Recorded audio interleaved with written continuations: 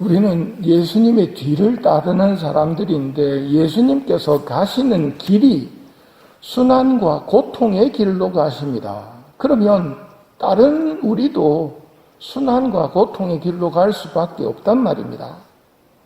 고통은 신비입니다. 다 설명할 수는 없지만 예수님께서 가시는 고통의 길을 우리도 따라가야 한다는 것만큼은 분명합니다.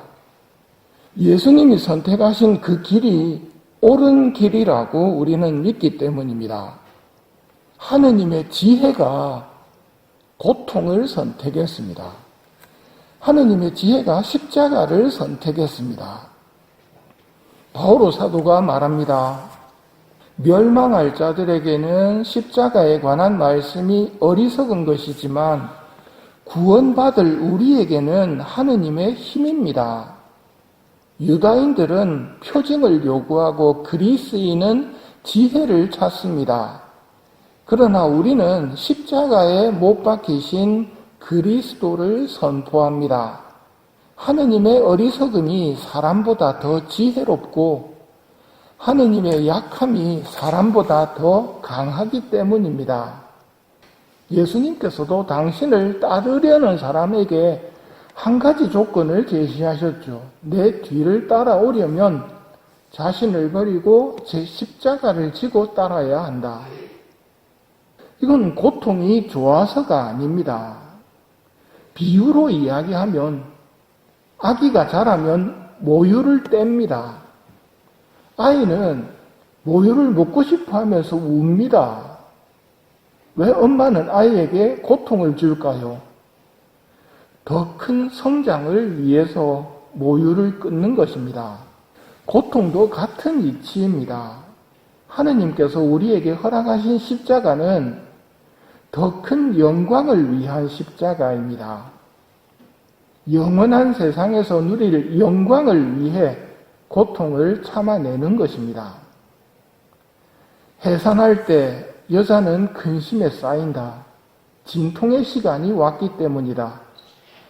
그러나 아이를 낳으면 사람 하나가 이 세상에 태어났다는 기쁨으로 그 고통을 잊어버린다. 이처럼 너희도 지금은 근심에 쌓여 있다.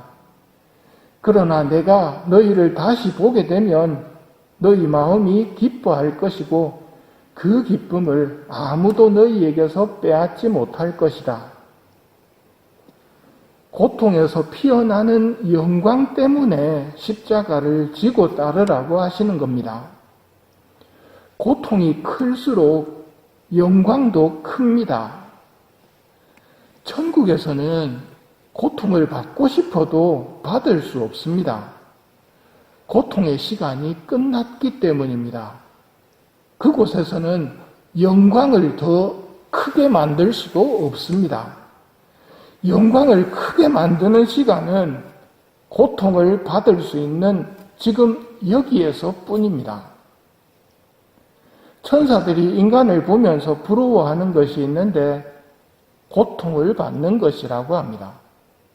고통을 받을수록 영원한 세상에서의 영광이 늘어난다는 것을 천사들은 보기 때문이죠.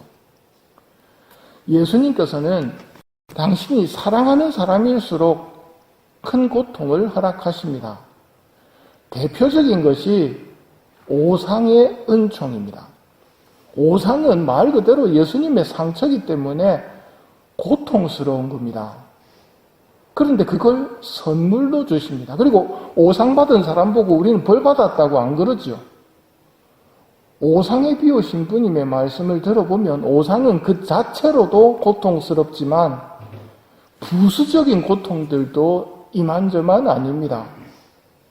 의심하고 시기하는 동료 사제들, 상처를 구경하려는 사람들, 테스트해보려고 언론사와 병원이 달려들고 장상은 가서 검사받아 보라고 명령을 내리고 이런 정신적인 고통들 또한 굉장히 크다고 합니다.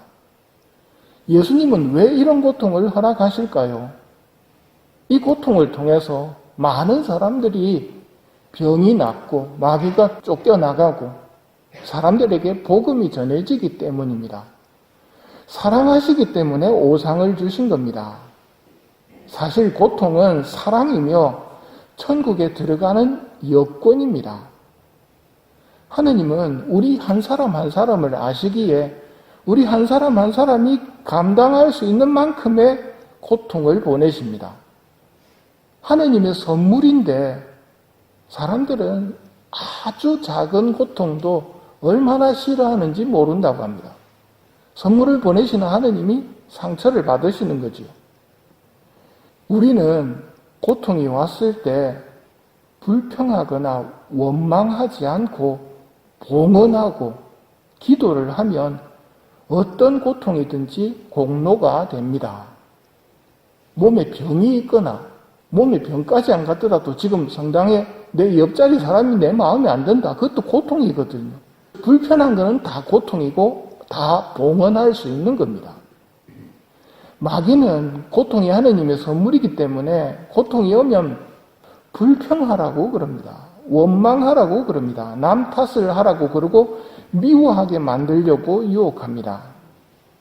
이런 유혹에 빠지지 않도록 정신 바짝 차려야지 하고 결심하는 것은 똑똑한 방법이 아닙니다. 우리는 철부지 어린이들이기 때문입니다. 마귀의 유혹을 우리 힘으로 이겨낼 수 없다는 것을 인정하고 이런 유혹이 올 때 아버지 하느님의 도움을 청할 줄 알아야 됩니다. 즉 기도를 시작해야 됩니다. 사실 기도를 하고 있는데 빈말로 하는 경우가 많습니다. 저희를 유혹에 빠지지 않게 하시고 아버지께 기도하고 있는 겁니다. 근데 이게 빈말로 외우고 있으면 유혹에 빠지지 않게 해달라는 간절함은 없이 그냥 입술로만 받쳐지게 된다는 말입니다.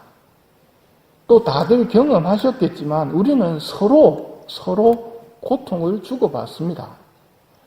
나도 잘못해서 형제들에게 고통을 주고 형제들도 잘못해서 나한테 고통을 줄 때가 있습니다. 근데 내가 형제들에게 고통을 줄 때는 변명을 하고 형제들이 고통을 줄 때는 옳고 그르고를 따집니다. 두 가지 잣들을 들이대면 하느님 앞에서 용서받기 어렵습니다. 예수님을 따른다면 예수님을 바라보셔야 됩니다. 예수님이 누구 죄 때문에 저렇게 고통받으셨습니까? 다른 사람들을 구원하시려고 받으신 겁니다. 나에게 오는 고통들도 잘 참아받으면 나로 인해 많은 영혼들을 구원할 수 있다는 말입니다. 그래서 하느님은 이걸 선물로 보내시는 겁니다. 이 고통을 통해서 나도 영광스럽게 되고 영혼들도 살릴 수 있기 때문에 우리는 예수님을 따르는 사람입니다. 그렇다면 서로 자비를 베풀어야 합니다. 이 또한 그렇게 하겠다고 말은 합니다. 저희에게 잘못한 일을 저희가 용서하오니 빈말로 하게 되면 이 문제가 생긴단 말입니다. 막상 저희에게 잘못한 일을 저희가 용서하오니라고 기도는 해놓고 조금만 마음에 안 들면 옳고 그르고로 판단해버리거든요. 빈말이 되지 않도록 기도해야 합니다. 고통은 마치 한 아이가 태어나기 위해서 겪어야 하는 산고와 같다고 예수님이 설명하십니다.